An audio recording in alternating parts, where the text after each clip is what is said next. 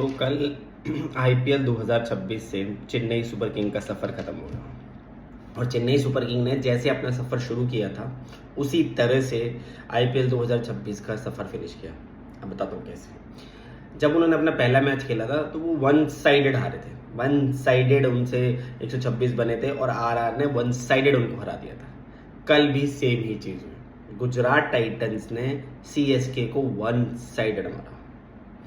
कहते गुजरात टाइटंस के top three हैं और कल उनके टॉप थ्री ने तीनों ने 50 की और स्कोर पहुंचा दिया ऐसी सिचुएशन पर जहां से चेन्नई सुपर किंग उसको चेज ही नहीं कर पाए और उस चेज के प्रेशर में आके कोलैप्स हो गई और वन साइडेड मैच हार गई। मतलब कहीं पे भी नहीं लगा पूरे मैच में कि चेन्नई इस मैच में फाइट कर रही है। ऐसा लग रहा था जैसे वो हथियार डाल चुके हैं, बस ये था कि बस मैच खत्म हो और फिर वो चेन्नई के लिए निकलें और फिर वो अपने अपने घर पे जाएं, बस और कुछ नहीं। पता नहीं 2022 ही था जब वो प्ले ऑफ में पहुंचे थे, उसके बाद से वो स्ट्रगल ही कर रहे हैं। स्ट्रगल क्या करूँ, ट्रांसफॉर्मेशन ही चल रही है और ऐसी कौन सी ट्रांसफॉर्मेशन चल रही है मुझे तो समझ ही नहीं आ रहा है। Coach Stephen Fleming, Michael Hussey, batting coach, ये सब लगे पड़े हैं, बस वो ट्रांसफॉर्मेशन ही खत्म नहीं हो पा रही है।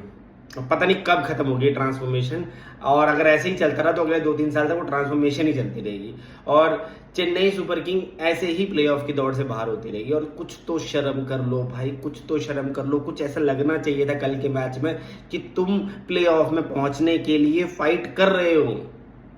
ऐसा लगा ही नहीं कि तुम प्ले ऑफ में पहुंचने के लिए फाइट कर रहे हो। ऐसा लगा कि जैसे तुम बस हथियार डाल चुके हो और बस करे जा रहे हो, बॉल आ रहे हो, बॉल कर रहे हो, फॉर्मेलिटी पूरी करनी है, बस 14th मैच खेलना है और जाना है और गुजरात टाइटंस को 2 पॉइंट देकर उनको टॉप 2 पे पहुंचाना है, बस और कुछ नहीं। यही लग रहा था बस।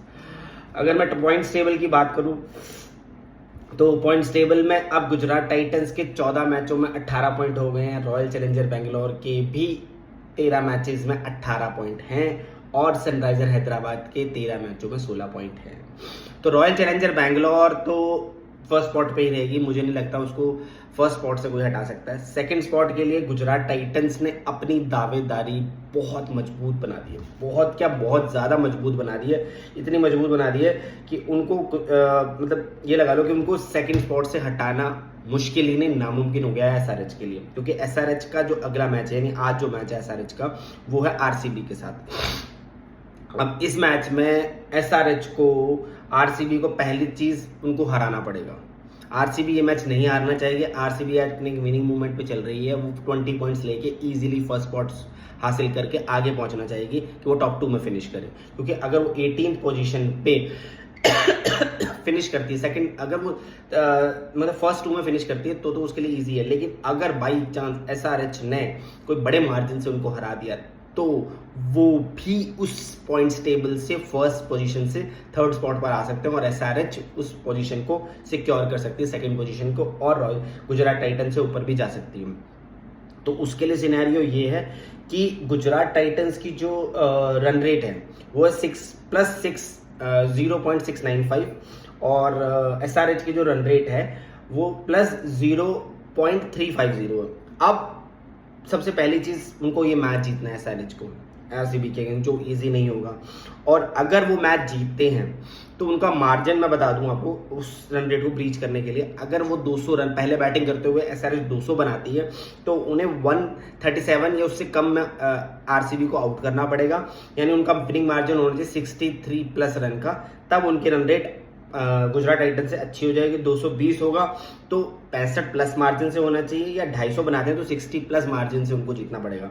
और अगर वो पहले बॉलिंग करते हैं तो जो भी टारगेट अगर एसआरएच को मिलता है, यानी 150 या 160 का टारगेट मिलता है, तो उनको 11.6 गेंदों के अंदर या 11.3 गेंदों के अंदर उनको ये टारगेट चेज करना है। यानी अंडर 70 बॉल्स उनको ये टारगेट, कोई भी टारगेट है वो अचीव करना है, तभी वो इस टूर्नामेंट में टॉप 2 की पोजीशन हासिल कर सकते हैं। एसआरएच ये कर सकती है। एसआरएच ने अगर आरसीबी को लो स्कोर पे रोक दिया, यानी 150 या 170 के आसपास रोक दिया हैदराबाद की ग्राउंड पे, पहली चीज अगर उस ग्राउंड पे अगर रोक दिया तो वो 11.3 में 170 या 160 बना सकती है। ये मुझे एसआरएच पे लगता है। उनके पास मौका है कि वो टॉप 2 में जा सके, लेकिन जो ये मौका है ना, बहुत स्लाइड मौका है। मतलब ये लगा लूँ कि खिड़की भी थोड़ी सी खुली हुई है, बस उस खिड़की से उनको जंप करना है। लेट्स सी वो जंप कर पाते हैं या नहीं कर पाते हैं। चलिए बात करते हैं कल के मैच की। अब उस मैच की मैं क्या ही बात करूं जिस मैच में गुजरात टाइटंस है। मतलब मैच में कहीं पे ये नहीं लगा कि सीएसके कोई फाइट भी कर रही है या मैच खेलने भी आई है। सीएसके ने किस तरह से बैटिंग करी मुझे तो कुछ समझ ही नहीं आया, और क्या किया उन्होंने कुछ समझ नहीं आया। गुजरात टाइटंस की पहले बैटिंग थी, तो गुजरात टाइटंस के साई सुदर्शन और शुभमन गिल दोनों। साई सुदर्शन ने 84 रन के 53 बॉलों पे 7 चौके 4 छक्के 158 के स्ट्राइक रेट के साथ। शुभमन गिल 64 रन के 37 बॉलों पे 7 चौके 3 छक्के 172 के स्ट्राइक रेट के साथ। जॉस बटलर 57 रन के नॉट आउट 27 बॉलों पे 5 चौके और 4 छक्के 211 की स्ट्राइक रेट के साथ। सबसे बड़ी बात बोलूंगा, इनके टॉप 3 बहुत सही टाइम पर फॉर्म में आए हैं। स्पेशली अगर मैं बोलूँ तो जॉस बटलर भी बहुत सही टाइम पे फॉर्म में आए हैं। जॉस बटलर का अगर मैं केकेआर के साथ मैच देखूं तो वो इन आउट लग रहे थे, लेकिन कल के मैच में वो इतना बढ़िया खेल रहे थे, इतने बढ़िया उनके बैट से बॉल लग रहा था कि ऐसा लग रहा था कि वो ईजिली मैच को 250 तक पहुंचा लेंगे, बट वो नहीं पहुंचा पाए। लेकिन वो इतनी फ्लॉलेस इनिंग खेल रहे थे कल कि तीनों टॉप 3 हैं फॉर्म में आ गए हैं और प्लेऑफ में ये पहुंच गई है टीम। और अगले 2 या अगले 3 मैच जो भी उनको खेलने हैं, अगर उस मैच में ये टॉप 3 की बहुत ज़रूरत पड़ेगी, और टॉप 3 ही हैं जो उनको आगे तक लेके आए हैं। टॉप 3 साथ में उनकी जो डेडली बॉलिंग है उसकी भी मैं बात करूंगा, जो उनकी डेडली बॉलिंग है। अगर मैं इस फेज बाई फेज की बात करूं तो फेज बाई फेज में तो कहीं पे भी मुझे ये नहीं लगा कि सीएसके कुछ कर भी रही थी। जीटी ने 6 ओवर में 62 रन किए, सीएसके ने 58 रन किए और 4 विकेट उन्होंने खो दिए थे। जीटी ने मिडिल ओवर में 111 रन किए और सीएसके ने मिडिल ओवर में ही हथियार डाल दी 82 रन की और 6 विकेट पे। फाइनल ओवर है, लास्ट 4 ओवर 56 रन किए और 3 विकेट गिरे हैं सीएसके के। अगर मैं पार्टनरशिप की बात करूं तो गुजरात टाइटन की तरफ से जो अभी तक हो रहा था कि जो पहले 6-7 मैचेस खेले थे तो उनकी टॉप 2 यानी उनकी ओपनिंग पार्टनरशिप नहीं चल रही थी, लेकिन अभी पिछले अगर मैं 7 से 8 मैचेस की बात करूं तो उनके टॉप 3 में से टॉप 2 तो परफॉर्म कर ही रहे हैं, जिसकी वजह से वो इजीली क्वालिफाई कर दे रहे हैं। शुभमन गिल और साई सुदर्शन की 125 रन की पार्टनरशिप 74 बॉलों में, उसके अलावा जॉस बटलर और साई सुदर्शन की 82 रन की पार्टनरशिप 37 बॉलों के अंदर जिसने मैच का रुख ही चेंज कर दिया। और चेन्नई सुपर किंग इस मैच में कहीं बन ही नहीं पाई। अगर मैं चेन्नई की बॉलिंग की बात करूं तो बॉलिंग में मुकेश चौधरी 4 ओवर 36 रन 9 की इकोनॉमी के अंदर, Spencer Johnson 4 over 47 run 1 wicket ले 11.75 की इकोनॉमी के साथ।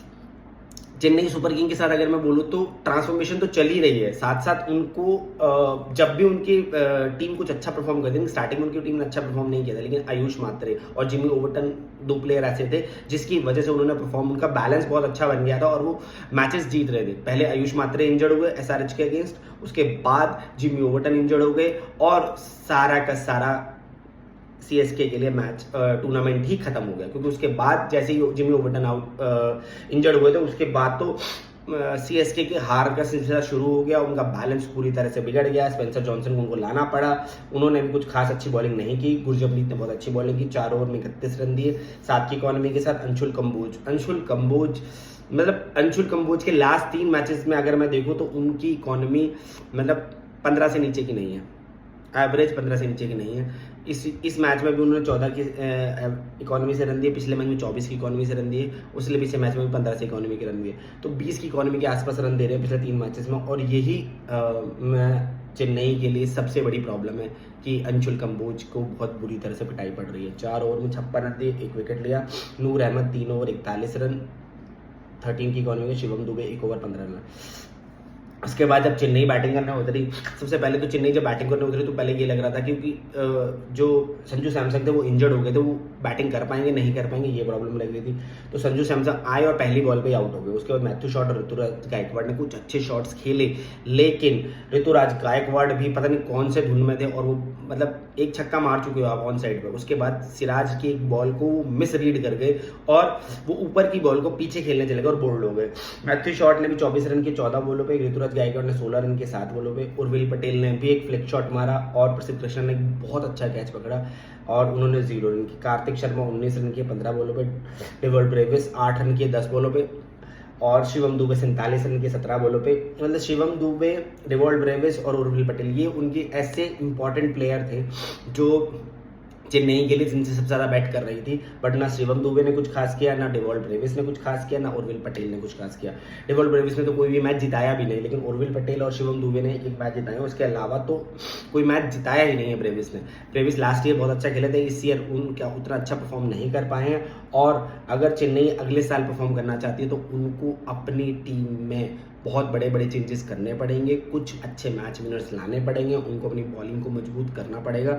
अगर मैं बॉलिंग की बात करूं तो अगर गुजरात टाइटंस अपने टॉप 3 बैट्समैन पे आगे बढ़ी है, और तो उनके टॉप 2 बॉलर्स, या मैं कहूँगा हाँ टॉप 2 बॉलर्स मोहम्मद सिराज और कगिसो रबाडा, ये दोनों ही ऐसे बॉलर हैं जो 3-3 ओवर पावर प्ले में डालते हैं, और उन 3-3 ओवर में ही वो मैच को गुजरात टाइटंस की तरफ मोड़ देते हैं। मोहम्मद सिराज ने पहले 3 ओवर में 3 विकेट लिए और 3 ही ओवर डाले, उन्होंने 3 ओवर 26 रन दिए, 8 की इकॉनमी में। कगिसो रबाडा 3.4 गेंद में 32 रन दिए और 3 विकेट लिए। तो इन तीनों ने ही मैच को वन साइडेड कर दिया था। राशिद खान ने नीचे आके 2 ओवर में 18 रन दिए और 3 विकेट ले लिए, तो मैच वहीं पे ही सील कर दिया था। आइडली मोहम्मद सिराज और कगिसो रबाडा ने ही मैच सील कर दिया था पावर प्ले में। उन्होंने 4 विकेट निकाल दिए थे पावर प्ले में, जिसमें से 3 विकेट सिराज ने लिए थे और 1 विकेट कगिसो रबाडा ने लिया था, और कगिसो रबाडा ने भी 4 लिए। तो जो काम गुजरात टाइटंस की बैटिंग में वो टॉप 3 कर रहे हैं ना, वही काम गुजरात टाइटंस की बॉलिंग में ये टॉप 2 कर रहे हैं, यानी मोहम्मद सिराज और कगिसो रबाडा। ये एक बहुत बड़ा डेडली कॉम्बिनेशन है। अगर मैं बोलूँ तो किसी टीम के पास भी अगर जो टीमें परफॉर्म अच्छा कर रही है उसमें एक आरसीबी है। आरसीबी में भी अगर देख लीजिए तो उनके टॉप 3 बैट्समैन यानी विराट कोहली और रजत पाटीदार और पडिक्कल, ये तीनों परफॉर्म कर रहे हैं, और उनकी बॉलिंग में भी टॉप 2 यानी भुवनेश्वर कुमार और हेजलवुड, ये दोनों अच्छा परफॉर्म कर रहे हैं। और मुझे जहां तक ये लगता है, आज मेरी प्रेडिक्शन सुन लीजिए कि फाइनल अगर होगा तो वो होगा गुजरात टाइटंस और आरसीबी के अगेंस्ट, यानी दोनों की बैटिंग और उन दोनों की बॉलिंग डेडली कॉम्बिनेशन है। अगर ये दोनों टीमें अच्छा परफॉर्म कर रही हैं, आज अगर ये दोनों टीमें टॉप 2 में बैठी हैं, तो जस्ट बिकॉज कि उनकी बैटिंग में वो स्ट्रेंथ है और बॉलिंग में वो 2 डेडली कॉम्बिनेशन है, यानी आरसीबी के पास भुवनेश्वर कुमार और हेजलवुड, और जीटी के पास मोहम्मद सिराज और कगिसो रबाडा। क्या डेडली कॉम्बिनेशंस हैं, और यही डेडली कॉम्बिनेशन पूरे आईपीएल में छाया पड़ा है। क्योंकि आप अगर कोई बड़ा स्कोर बना भी रहे हो तो उस बड़े स्कोर को डिफेंड करने के लिए भी आपको बॉलर चाहिए। आप लो स्कोर भी बना रहे हो तो उस लो स्कोर को डिफेंड करने के लिए भी बॉलर चाहिए।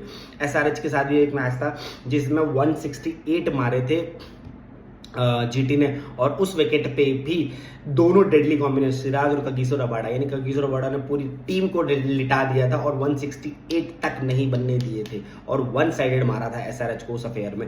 तो वही डेडली कॉम्बिनेशन है जो सबसे बड़ा खतरनाक है। इसी वजह से आज वो दोनों टीमें टॉप पर बैठी, और दोनों टीमों के टॉप पर बैठने का रीजन यही है कि उनकी बैटिंग और बॉलिंग में वो 2 स्ट्रेंथ यानी 2 हथियार, हेजलवुड और भुवनेश्वर आरसीबी के लिए, और जीटी के लिए बैठे हैं मोहम्मद सिराज और कगिसो रबाडा। ये दोनों डेडली कॉम्बिनेशंस हैं, और यही डेडली कॉम्बिनेशन आगे चल के दोनों को या तो आईपीएल जिताएंगे, या यही दोनों कॉम्बिनेशन आईपीएल हरा भी सकते हैं। और ये बहुत बहुत मजबूत स्थिति में है दोनों टीमें। देखते हैं आगे क्या होता है। और आपको क्या लगता है कि मेरा एनालिसिस बिल्कुल सही है ना, कि ये डेडली कॉम्बिनेशंस हैं? आपके हिसाब से जीटी और आरसीबी की टॉप 2 में पहुंचने का रीजन क्या है? प्लीज मुझे कमेंट्स में बताइएगा। और मुझे एक चीज और बताइएगा, क्या एसआरएच क्वालिफाई कर सकती है प्लेऑफ के लिए, प्लेऑफ में टॉप 2 पोजीशंस के लिए, या नहीं? ये मुझे जरूर बताइएगा कमेंट्स में। मिलते हैं कल एक नए एनालिसिस के साथ।